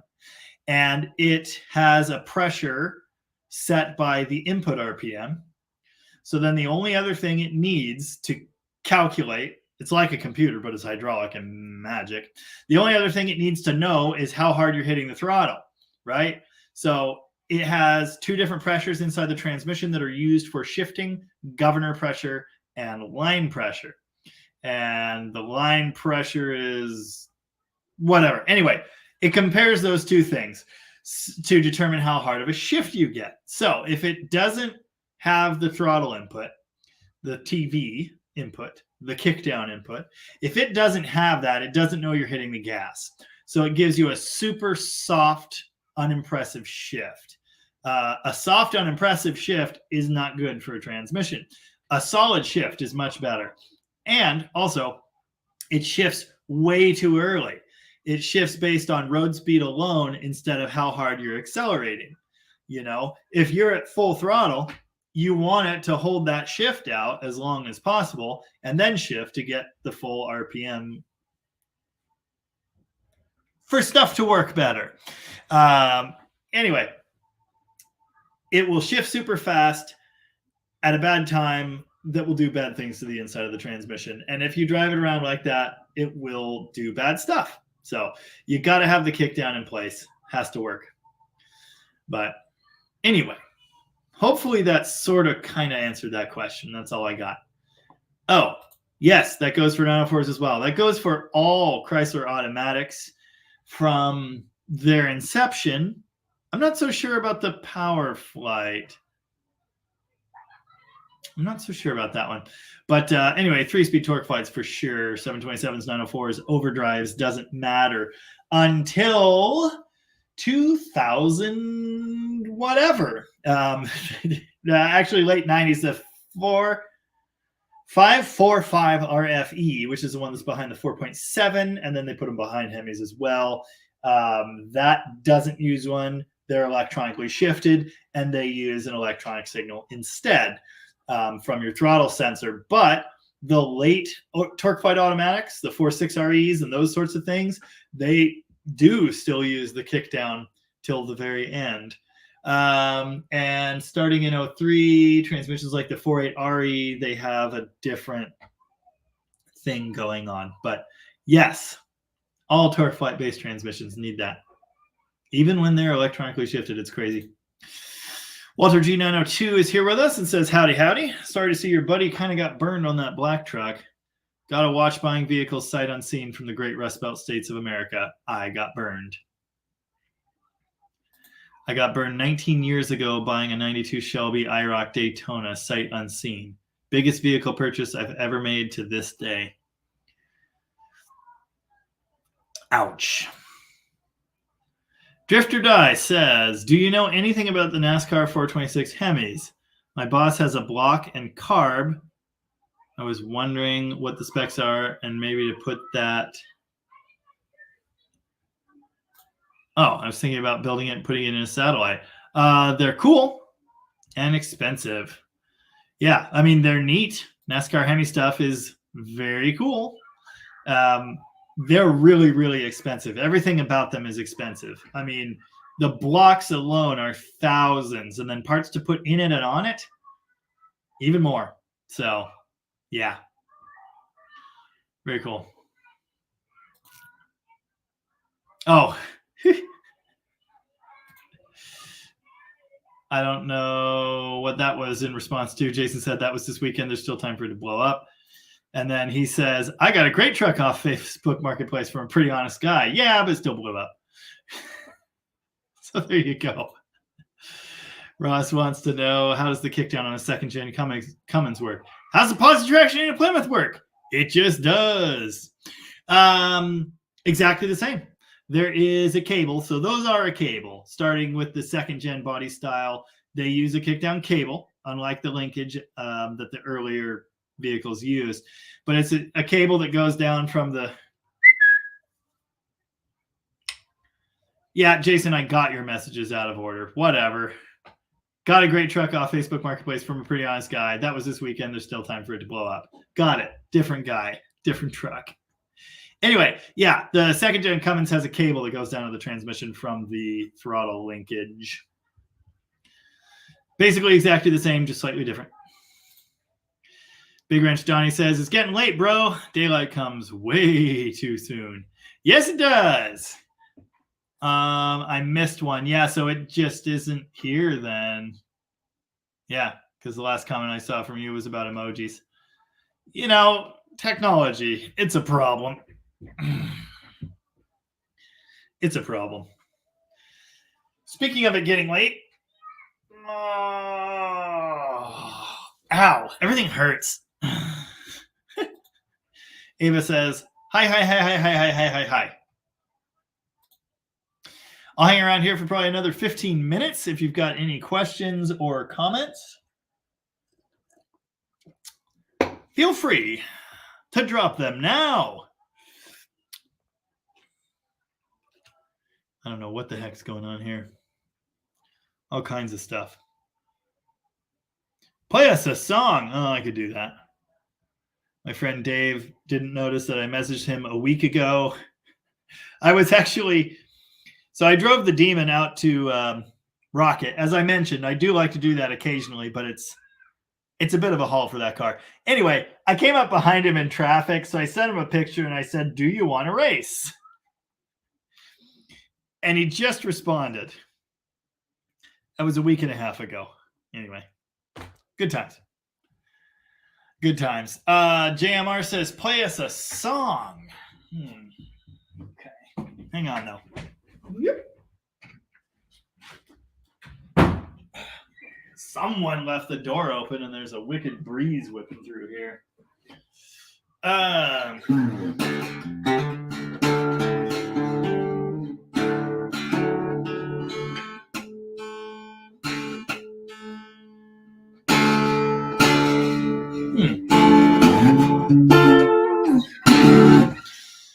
gonna think of a song.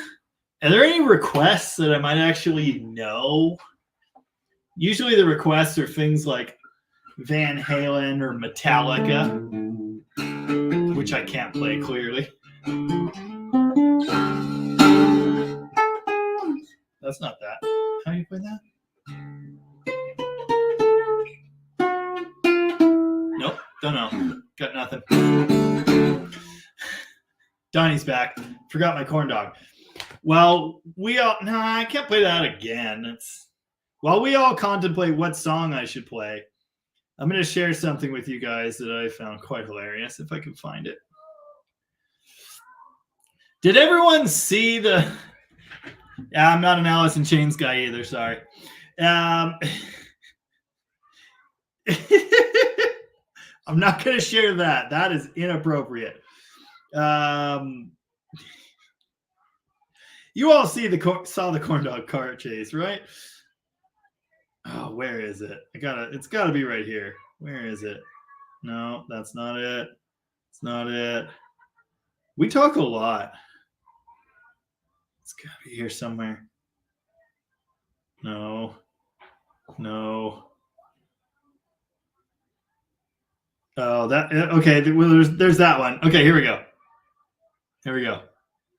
Tragically hip, locked in the trunk of a car. Don't know that. Anyway. Oh, damn. The technology. Hold on. Technology is a problem. Okay. That's not what I wanted. Okay, here we go. No, are you serious? Come on. This is really challenging. Okay, here. Whoops. This is really challenging. Technology is a problem around here.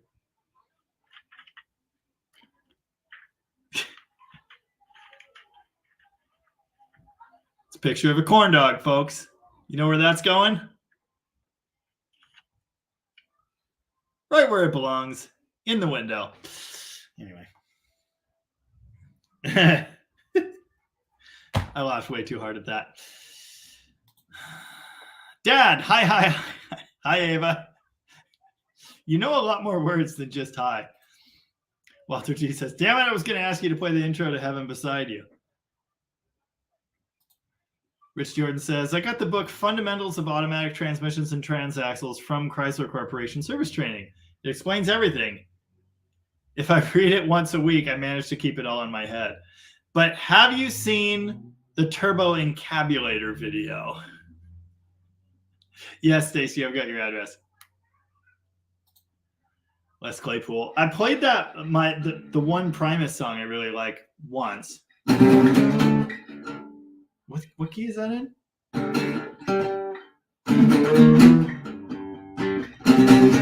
That's it.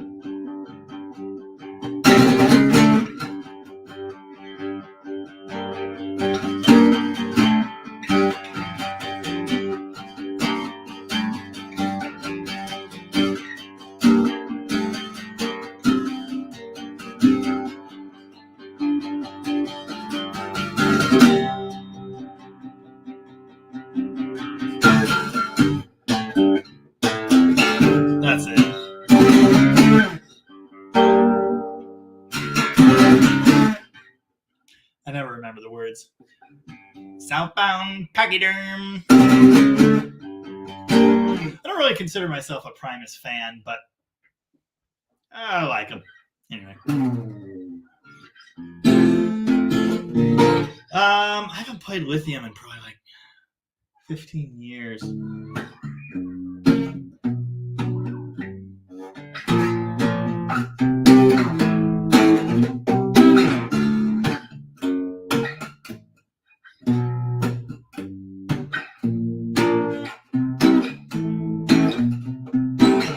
Nirvana's a little on the nose for me because I'm literally a block and a half from the Muddy Banks of the Wishkah.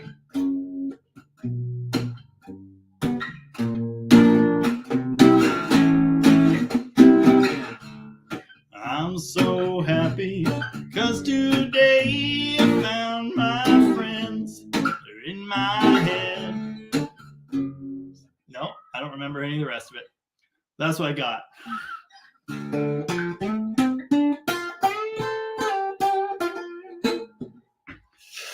I used to play a lot of Nirvana songs. Like a lot. I don't know that one. I tried. Turbo Encapulator really is a classic video clip. He's still reading me. Is the video still working? I'm getting a thing that tells me it's like broken. Almost Cut My Hair is a good one. I don't know how to play it.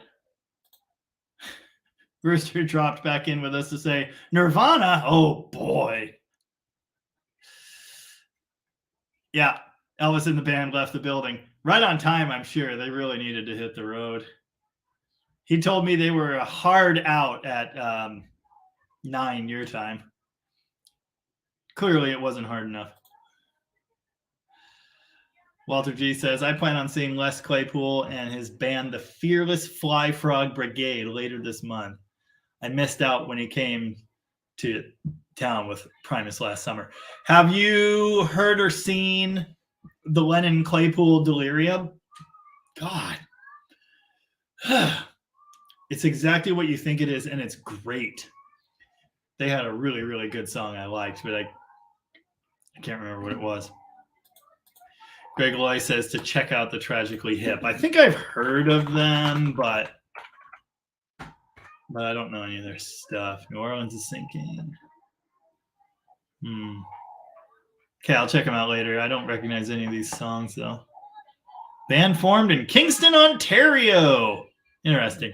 I'm sure I've heard the name. I just don't know them. Okay, I guess I'm still here. Oh, Rooster says they went to my garage and saw the Charger and Roadrunner, and that delayed them. Yes, I'm sure it did. There's good stuff out there. All right, well, I guess everything's fine. Now the little thing is gone. Yeah, I just learned that. Tragically Hip is Canadian. Who knew? Everyone shoot Donnie. You're out of your element, dude. Market zero, dude.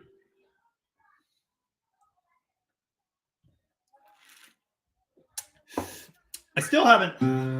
I'll play a sad song. I want to play a happy song. I just can't think of any.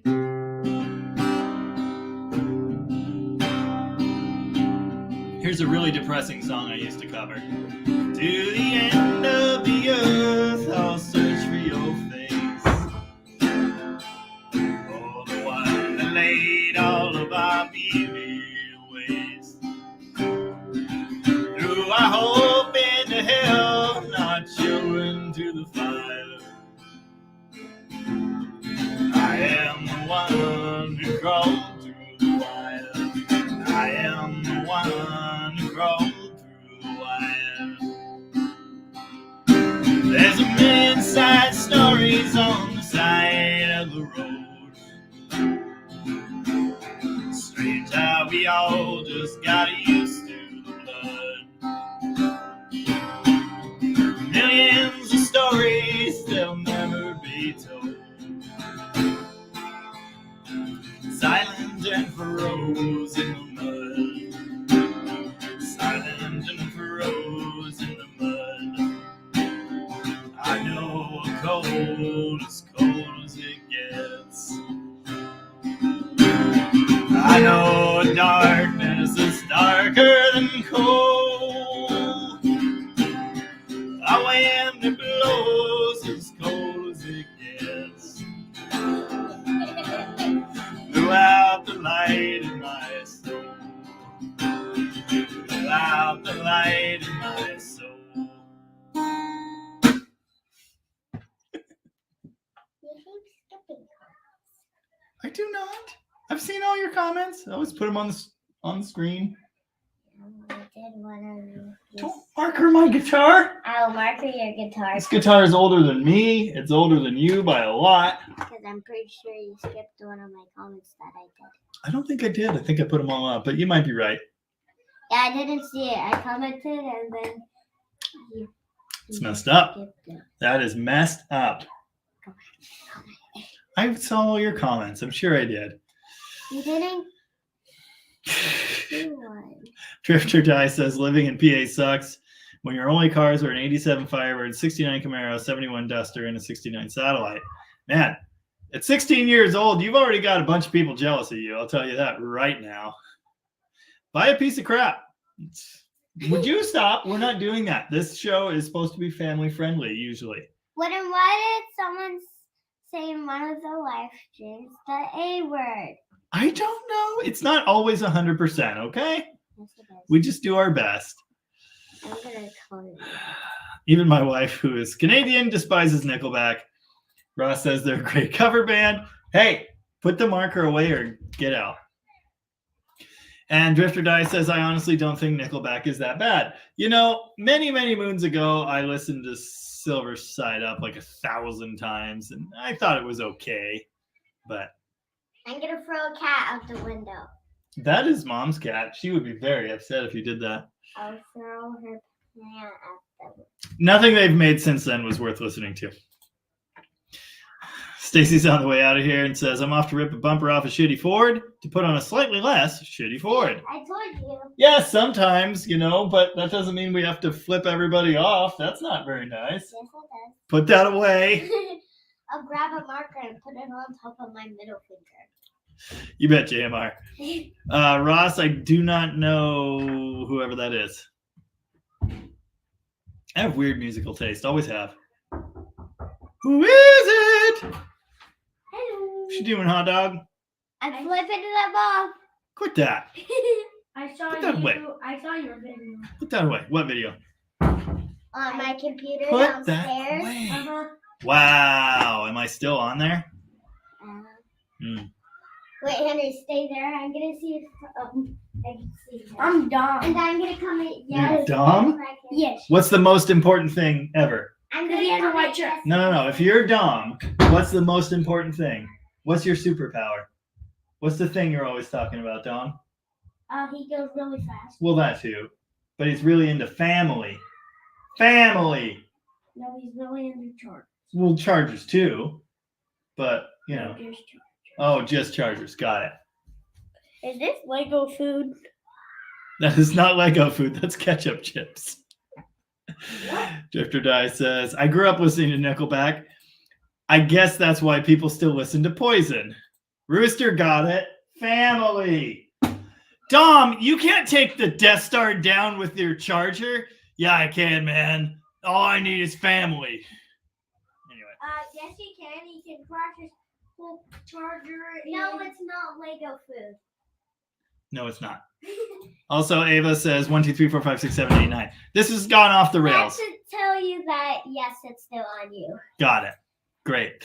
Walter G says to Drift or Die, yes. And this is exactly what I would say. You need an older Toyota Camry or a Corolla for a daily. And then, You didn't see that. no. You I definitely intentionally did not see that. Anyway, You did not see that coming. you guys are out of control. Anthony Gomes? I don't know. I have no idea. Why are you still on the two people? What are you talking about? Oh, I don't know, because I don't have to hit the button. It just fixes itself when they go. Oh, Donnie's been on a steel driver's kick. This is in the wrong tuning. On the blue side of the mountain, the sun don't ever shine.